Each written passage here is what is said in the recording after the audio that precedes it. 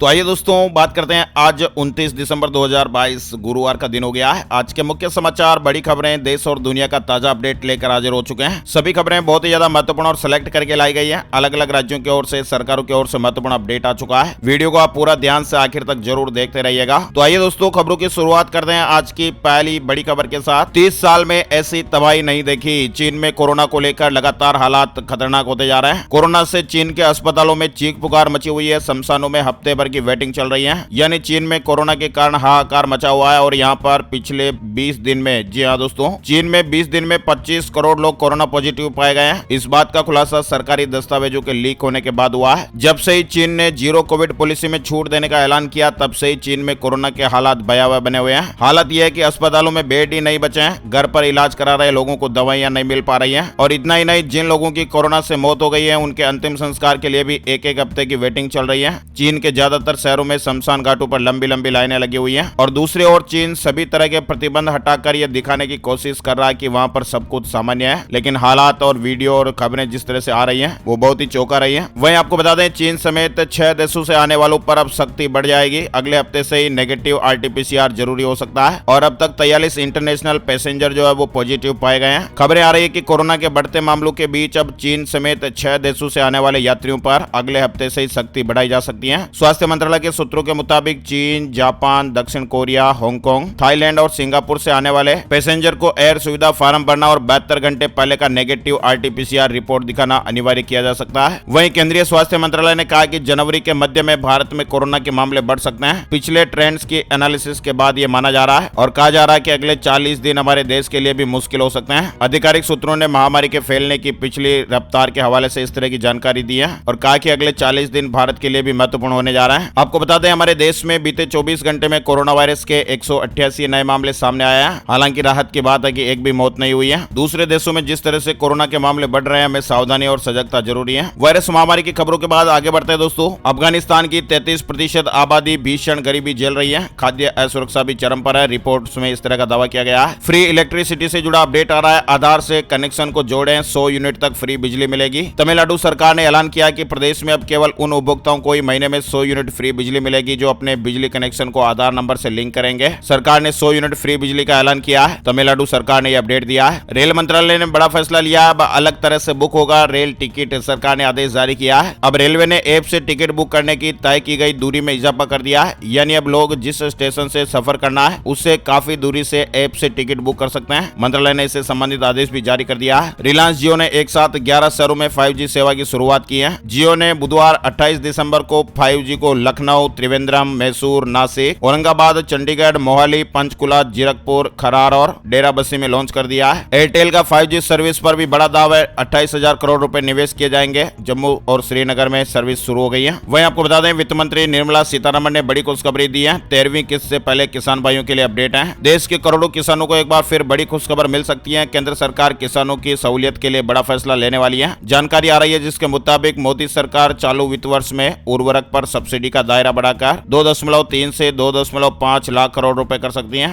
और अगर ऐसा होता है तो किसान भाइयों को बड़ा फायदा मिलेगा। वहीं केंद्रीय सूचना और प्रसारण मंत्री अनुराग ठाकुर ने बुधवार को साल 2023 के लिए भारत सरकार का ऑफिशियल कैलेंडर लॉन्च किया है। कैलेंडर के 12 महीने में गतिशील रूप से बढ़ने भारत को दर्शाने वाली 12 इमेज हैं। कैलेंडर तारीखों और छुट्टियों को बताएगा। सरकार का साल 2023 का सरकारी कैलेंडर जारी हो गया है। वहीं उत्तर प्रदेश में निकाय चुनाव में OBC आरक्षण के लिए आयोग का गठन हो गया है। सेवानिवृत्त जज के नेतृत्व में 5 सदस्यीय टीम बनाई गई है। यानी यूपी में निकाय चुनाव में OBC आरक्षण देने के लिए आयोग का गठन हो गया है। आयोग में अध्यक्ष के साथ 4 सदस्यों को नामित किया गया है। सेवानिवृत्त न्यायाधीश को अध्यक्ष बनाया गया। वहीं आयोग में 2 पूर्व IAS और 2 न्यायिक क्षेत्र से जुड़े लोगों को सदस्य बनाया गया है। खबर आ रही कि यूपी निकाय चुनाव पर हाईकोर्ट के फैसले के खिलाफ सुप्रीम कोर्ट में योगी सरकार अपील करेगी। लंबी बैठक के बाद इस तरह का निर्णय लिया गया है। बड़ी खबर आ रही है, प्रधानमंत्री नरेंद्र मोदी जी की मां हीराबा की सेहत यानी तबीयत खराब हो गई है। मंगलवार देर रात सांस लेने में तकलीफ होने के बाद हीराबा को अहमदाबाद के UN मेहता हॉस्पिटल में भर्ती कराया गया था। अस्पताल के डॉक्टरों की एक टीम लगातार उनके स्वास्थ्य की निगरानी कर रही है। अस्पताल ने बुलेटिन जारी कर बताया कि हीराबा की तबीयत अब स्थिर है। हीराबा ने जून में ही अपना 99वां जन्मदिन मनाया है। PM मोदी भी मां हीराबा की की सेहत की जानकारी लेने के लिए हॉस्पिटल पहुंचे और करीब 1 घंटे 20 मिनट तक हॉस्पिटल में रहे। वहीं अपडेट खबर आ रही है दोस्तों, क्रेजी XYZ वाले अमित शर्मा यूट्यूबर को सांप ने काट लिया, मौत से लड़ रहा है राजस्थान का बेटा। सोशल मीडिया पर पहचान बनाने वाले अमित शर्मा को सांप ने काट लिया और सांप के काटने से वे घायल हो गए। तुरंत हॉस्पिटल में भर्ती कराया गया। जिंदगी और मौत के बीच जूझ रहे हैं। आप लोगों ने भी यूट्यूब पर इनका वीडियो जरूर देखा ही होगा।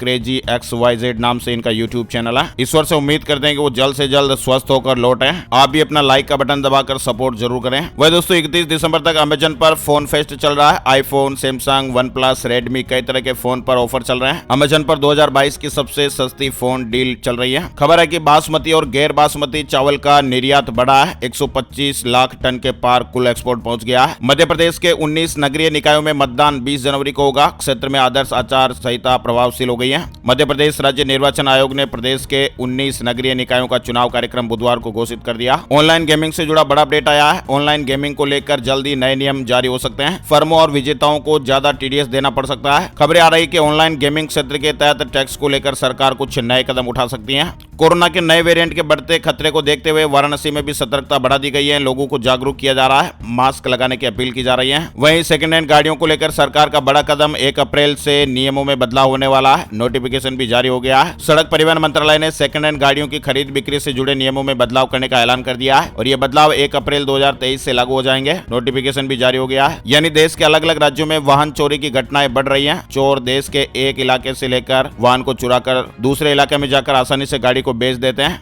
लेकिन अब गाड़ियों की फर्जी तरीके से खरीद बिक्री पर लगाम लगाने के लिए सड़क परिवहन मंत्रालय ने बड़ा कदम उठाया है। सेकंड हैंड गाड़ी खरीद और बिक्री से जुड़े डीलर को सत्यापित करने के लिए सर्टिफिकेट जारी किया जाएगा, जिसमें लोगों को किसी भी तरह के फर्जीवाड़े से बचाया जा सके। वहीं UAE के इस कानून से भारतीयों की मुश्किलें बढ़ सकती हैं। नौकरी पाने के लिए मशक्कत करनी पड़ सकती है। खाड़ी देशों में बड़ी संख्या में भारतीय काम करते हैं और इसके साथ ही बांग्लादेश, नेपाल और पाकिस्तान के कर्मचारियों की भी एक बड़ी संख्या है। लेकिन अब UAE अपने नागरिकों को अर्थव्यवस्था में जगह देना चाहता है। अभी तक नागरिकों को सीधे नौकरी देने के लिए सरकारी कंपनियों का इस्तेमाल UAE करता था, लेकिन एक नए नियम के मुताबिक 1 जनवरी तक प्राइवेट कंपनियां अपने कुल कर्मचारियों में 2% जगह UAE के नागरिकों को नहीं देती है तो उन पर जुर्माना लगाया जाएगा। रिलायंस फाउंडेशन ने धीरूभाई अंबानी की 90वीं जयंती पर स्कॉलरशिप का ऐलान किया है। लाखों छात्रों को इससे फायदा होगा। बड़ी खबर है, जनवरी महीने से 61,000 पारा शिक्षकों के मानदेय में 4% की बढ़ोतरी हो जाएगी। हर साल 4% मानदेय बढ़ेगा। झारखंड से जुड़ा अपडेट है। राज्य में कार्यरत लगभग 61,000 पारा शिक्षकों, सहायक अध्यापक को मिलने वाले मानदेय में अगले साल जनवरी महीने से ही 4% की बढ़ोतरी हो जाएगी और इसका लाभ उन पारा शिक्षकों को ही मिलेगा जिनकी सेवा संतोषप्रद होगी, जिनके शैक्षणिक और प्रशैक्षणिक प्रमाण पत्रों का सत्यापन हो चुका है। बड़ी खबर आ रही है, 1 साल प्राइवेट सेक्टर का अनुभव 100% भर्ती आयोग से ही। दरअसल आपको बता दें, गोवा में सरकारी नौकरियों को लेकर मुख्यमंत्री प्रमोद सावंत ने एक बड़ा फैसला लिया है। राज्य सरकार के विभागों में भर्ती के लिए 1 साल के काम का एक्सपीरियंस ही रखने वाले नौकरी के योग्य होंगे। नए आवेदकों को सीधे सरकारी सेवा में नहीं लिया जाएगा। सरकारी नौकरियों के लिए आवेदन करने से पहले प्राइवेट सेक्टर में काम करके अनुभव प्राप्त करना होगा। इस तरह के सारे बदलाव जनवरी से होने जा रहे हैं। गोवा न्यूज में और अपडेट है कि गड्ढा मुक्त होगा गोवा। केंद्रीय मंत्री नितिन गडकरी जी ऐप लॉन्च करेंगे। आम लोग भी जानकारी दे सकेंगे।